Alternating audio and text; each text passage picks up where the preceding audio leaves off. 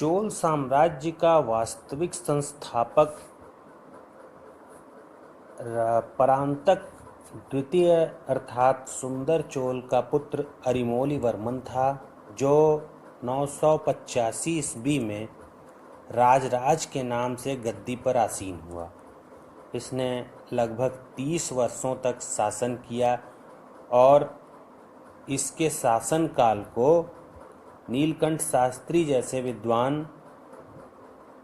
सर्वाधिक रचनात्मक काल मानते हैं। उनका मानना है कि राजराज प्रथम के 30 वर्षीय शासनकाल को चोल साम्राज्य का सर्वाधिक रचनात्मक काल माना जा सकता है, जिसने लघुकाय चोल राज्य को विशालकाय साम्राज्य में परिणत कर दिया। जहाँ तक राजराज प्रथम की सामरिक उपलब्धियों की बात की जाए तो उसने कुछ महत्वपूर्ण सैन्य अभियान किए, जिसके बारे में जानकारी उसके शासनकाल के 29वें वर्ष में उत्कीर्णित तंजौर अभिलेख से मिल जाती है। इस अभिलेख के अनुसार राजराज ने केरल, पांड्य तथा सिंघल राज्यों पर विजय की।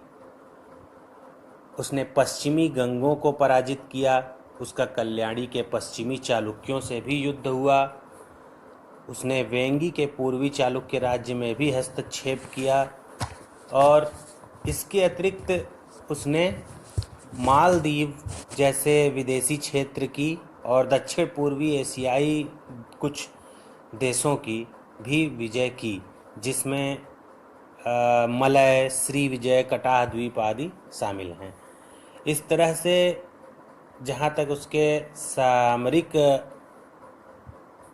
कुशलता की बात की जाए तो उसको एक महान शासक माना जा सकता है। 10वीं सदी के अंतिम चरण में दक्षिण भारत में राजनीतिक पटल पर कई उतार चढ़ाव, उथल पुथल देखने को मिलते हैं। इस समय राष्ट्रकूट अपनी शक्ति खो चुके थे। कन्नौज पर अभियान को लेकर, कन्नौज की गद्दी पर अधिकार करने को लेकर, साथ ही साथ चालुक्यों से लगातार संघर्षरत रहने के चलते राष्ट्रकूट अपनी शक्ति धीरे धीरे खो चुके थे। राजराज प्रथम ने इन्हीं परिस्थितियों का लाभ उठाया। राजराज प्रथम द्वारा निर्गत कुछ अभिलेखों के अनुशीलन के पश्चात डॉक्टर वी वेंकैया का अनुमान है कि उसने अपने शासन कार्य को संभालने के बाद लगभग 8 वर्ष तक कोई महत्वपूर्ण सामरिक अभियान नहीं किया, बल्कि केवल चोल साम्राज्य की आंतरिक सीमा को ही मजबूत करने में लगा रहा। राजराज प्रथम के शासनकाल के 29वें वर्ष में उत्कीर्णित तंजौर अभिलेख से उसके जो युद्धाभियानों का वर्णन मिलता है, उससे स्पष्ट रूप से ज्ञात हो जाता है कि उसने केरल, पांड्य तथा सिंघल राज्यों पर विजय की थी।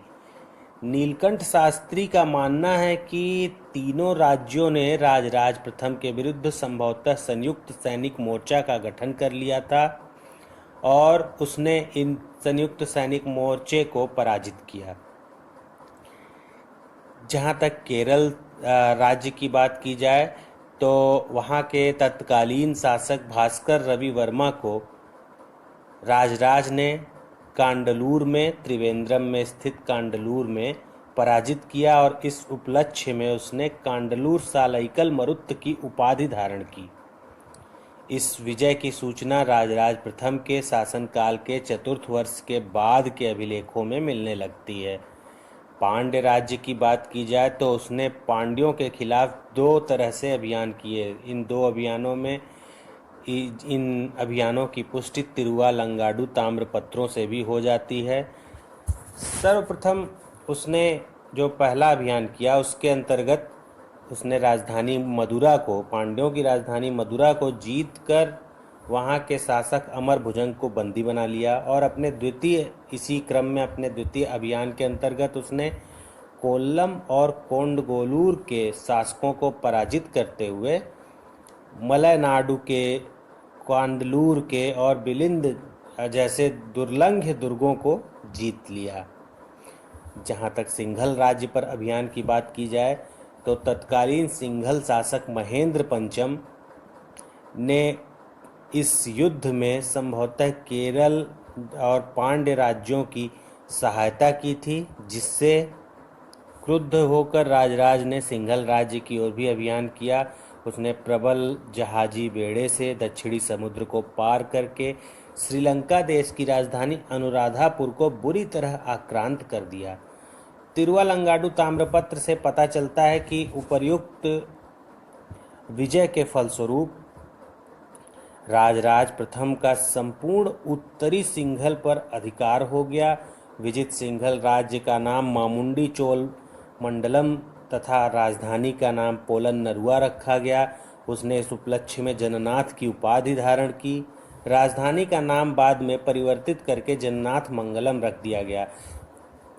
राजेंद्र के काल के तिरुवालंगाडु ताम्रपत्र में इस विजय का उल्लेख कुछ अतिशयोक्तिपूर्ण शब्दों में किया गया है। जैसे इसमें लिखा हुआ है कि राम ने बंदरों की सहायता से सागर को पार कर सागर के आर पार एक पुल बनाया तथा बड़ी कठिनाई से लंका के राजा का वध किया, किंतु यह शासक राम से भी अधिक प्रतापी सिद्ध हुआ, क्योंकि उसकी शक्तिशाली सेना ने जलपोतों से समुद्र को पार किया तथा लंका के राजा को जला दिया। 993 ईस्वी के तिरुमंगलम अभिलेख में इलम अर्थात सिंघल राज्य को उसके विजित राज्यों में परिगणित किया गया है। राजराज प्रथम ने उपर्युक्त प्रदेशों को संभवतः 989 से 993 ईस्वी के बीच जीता होगा। राजराज प्रथम ने सिंघल देश में विशुद्ध द्रविड़ वास्तुशैली में कतिपय भव्य एवं विशाल शैव मंदिरों का निर्माण भी करवाया। इसके अतिरिक्त राजराज की एक और प्रमुख विजय कि उसने पश्चिमी गंगों को भी पराजित किया था। उसके शासनकाल के 6वें वर्ष के एक लेख जो कि कर्नाटक से प्राप्त होता है, उसमें उसे चोल नारायण की उपाधि से विभूषित किया गया है। इसमें नोलंबों एवं गंगों के विरुद्ध उसके विजय अभियानों का विवरण प्राप्त होता है, जिससे पता चलता है कि उसने गंगईवाड़ी, तडिगईवाड़ी और नोलंबवाड़ी पर अधिकार कर लिया था। राजराज का एक महत्वपूर्ण सामरिक अभियान कल्याणी के पश्चिमी चालुक्यों के खिलाफ भी हुआ। संभवतः चालुक्य नरेश तैलप द्वितीय ने उत्तम चोल को, जो कि इसका राजराज का पिता था, उसको पराजित कर दिया था और अपने पिता की पराजय का बदला लेने के निमित्त राजराज ने कल्याणी के चालुक्य राज्य पर संभवतः आक्रमण किया। उस राजराज का समकालीन चालुक्य शासक तैलप द्वितीय का उत्तराधिकारी राज्याश्रय था। इस समय एक बार पुनः चोल चालुक्य संघर्ष प्रारंभ हुआ, जिसमें तिरुवालंगाडु ताम्रपत्र से ज्ञात होता है कि सत्याश्रय राजराज की विशाल सेना का सामना नहीं कर सका और युद्ध क्षेत्र से भाग खड़ा हुआ। करंदई ताम्रपत्र से ज्ञात होता है कि चोल हाथियों ने तुंगभद्रा के तट पर भारी उत्पात मचाया तथा चालुक्य सेनापति केशव युद्ध में बंदी बना लिया गया। राजेंद्र के ही काल के कन्याकुमारी लेख से भी पता चलता है कि राजराज ने चालुक्यों को पराजित कर दिया था। हालांकि सत्याश्रय का होट्टूर लेख जो 1007 ईस्वी का है, इस बारे में कुछ अलग ही सूचना देता है। इससे पता चलता है कि राजराज के पुत्र राजेंद्र ने 9 लाख की विशाल सेना लेकर दोनूर, जो कि बीजापुर जिले में स्थित है, वहां दोनूर तक के प्रदेशों को रौंद डाला था। उसने पूरे प्रदेश में भारी लूटपाट की, स्त्रियों, ब्राह्मणों, बूढ़ों का संहार किया तथा कई दुर्गों को नष्ट कर दिया, किंतु बाद में सत्याश्रय ने चोल सेनाओं को खदेड़ दिया तथा अपने राज्य पर पुनः अधिकार कर लिया। इस प्रकार इस अभिलेख से इतना जरूर ज्ञात होता है कि चोलों को अतुल संपत्ति प्राप्त हुई और अब चोलों के राज्य की सीमा जो उत्तरी सीमा थी वो तुंगभद्रा नदी तक जा पहुंची। राजराज ने वेंगी के पूर्वी चालुक्य राज्य में भी हस्तक्षेप किया। 973 ईस्वी में चोट भीम ने दानार्डव की हत्या करके गद्दी पर अधिकार कर लिया, जो कि पूर्वी चालुक्य शासक था दानार्डव के 2 पुत्र थे, शक्तिवर्मा तथा विमलादित्य। इन दोनों ने चोट भीम के खिलाफ भागकर राजराज के दरबार में शरण ली और इनको शरण व सहायता प्राप्त भी हुई। दूसरी तरफ चोट भीम द्वारा वेंगी पर अपनी स्थिति सुदृढ़ करने के पश्चात तोंडमंडलम क्षेत्र पर आक्रमण कर दिया गया, जिसका प्रत्युत्तर राजराज ने एक तो अपने शरणार्थियों की सहायता के निमित्त और दूसरा तोंडमंडलम पर अकस्मात हुए आक्रमण के निमित्त उससे प्रतिरोध के फलस्वरूप अपना शक्ति प्रदर्शन किया और इसमें विजयी रहा। भीम पराजित हुआ और बंदी बना लिया गया। शक्तिवर्मा को वेंगी का शासक नियुक्त कर दिया गया। अब वेंगी चोलों का संरक्षित राज्य बन गया। राजराज की इस सफलता से ऐसा ज्ञात होता है कि क्षुब्ध होकर कल्याणी के चालुक्य नरेश सत्याश्रय ने 1006 ईस्वी के लगभग वेंगी पर आक्रमण कर दिया। राजराज द्वारा इस आक्रमण का भी प्रतिरोध दो प्रकार से किया गया। एक, उसने अपनी सेना को दो भागों में बांटा, जिसमें से एक भाग का नेतृत्व उसके पुत्र राजेंद्र ने किया और इसके तहत उसने पश्चिमी चालुक्य राज्य पर आक्रमण करते हुए बनवासी पर अधिकार कर लिया, मान्यखेट को ध्वस्त कर दिया।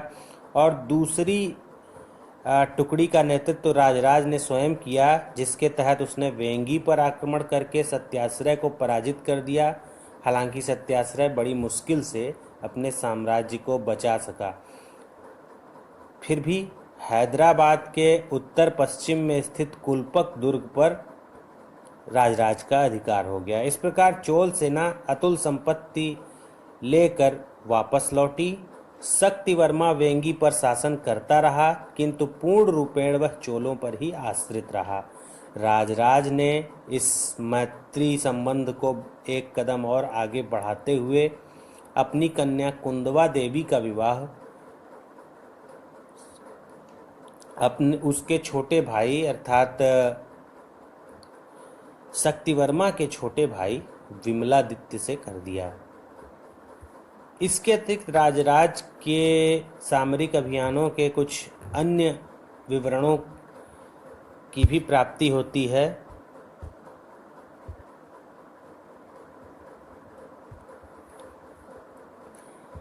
जिसके तहत उसके कलिंग, मालदीव, दक्षिण पूर्व एशियाई कुछ अन्य देश जैसे मलय, श्री विजय, कटाह द्वीप आदि पर विजय की सूचना मिल जाती है। इन क्षेत्रों पर विजय के लिए राजराज ने अपने शक्तिशाली विशाल जहाजी बेड़े का प्रयोग किया। जैसा कि हम सभी को ज्ञात है, चोलों के पास एक बहुत ही शक्ति संपन्न नेवी उनकी थी, जल सेना थी, जिसकी वजह से वह वैदेशिक शक्तियों के खिलाफ सफलतापूर्वक अभियान करने में अग्रसर हुए। राजराज ने शक्तिशाली जहाजी बेड़ों की सहायता से बंगाल की खाड़ी को पार करके श्री विजय, कटाह, मलय आदि द्वीपीय राज्यों पर आक्रमण किया और उनको जीत लिया। इससे कालांतर में भारत का दक्षिण पूर्वी एशिया के देशों के साथ व्यापार वाणिज्य संपर्क और अधिक विकसित हो गया।